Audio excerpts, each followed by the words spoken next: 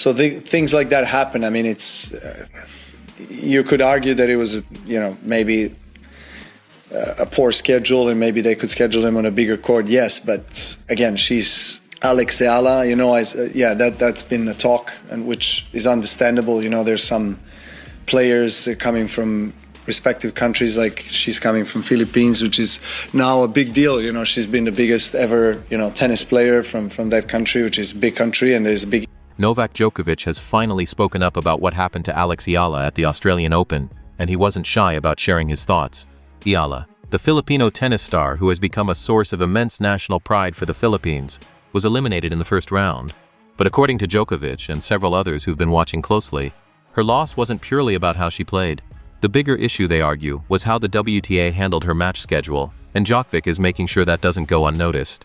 Eala came into the Australian Open carrying serious expectations, and rightfully so. She is, without question, the greatest tennis player the Philippines has ever produced. That's not an exaggeration, it's simply the truth. Eala has been shattering records, making history, and putting Filipino tennis on the world stage, and she deserves to be treated accordingly. She deserves the same fair opportunities that any player of her caliber would expect. So what did she actually get? A smaller court. That's the reality.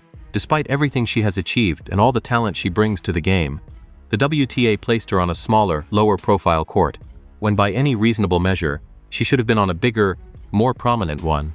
Novak Djokovic took notice, and he didn't just quietly observe, he said something. He made it very clear in no uncertain terms that this was a scheduling and management failure on the WTA's part.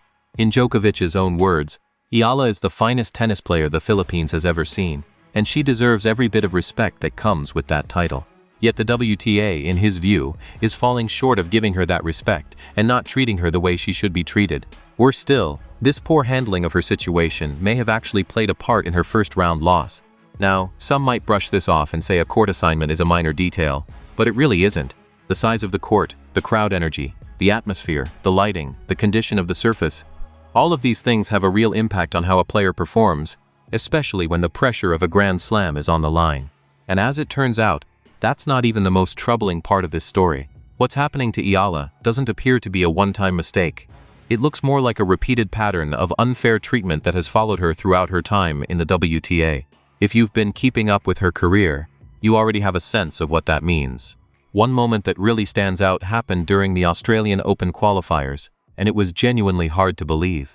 Right in the middle of a key rally in the first set, Eala hit a ball that was clearly inside the line. There was no real debate about it. People in the stadium could see it. The mark on the court was there, and the path of the ball was spot on. By every measure, the point was hers, and yet the call came back out.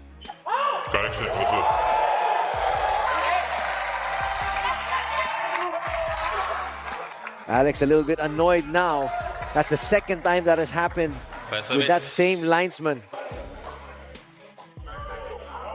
That alone was bad enough, but what happened next made it even worse. Instead of simply awarding the point to her opponent, which would have been the wrong call, but at least it would have been a definitive one, the officials chose to replay the point altogether. Anyone who understands tennis knows that's not how it works. You don't replay points simply because a call is uncertain. The ball is either in or it's out, a decision gets made, and everyone moves on. That's the standard. But when it comes to Eala, it seems like the standard rules don't always apply. And here's what really stands out about her character. She didn't just let it go. She walked straight up to the chair umpire, composed but completely firm, and made it clear she wasn't going to stay silent about it. She looked the umpire straight in the eye and said, "I know what you're doing." The confidence in that moment, the sheer determination she carried. She was not going to be intimidated, and she was not going to be pushed around. She knew exactly what was going on, and she called it out right there on the court for everyone to see.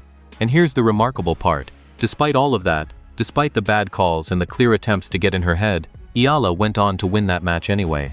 She stayed locked in, kept her focus, and fought her way all the way to the finals of the Australian Open qualifiers.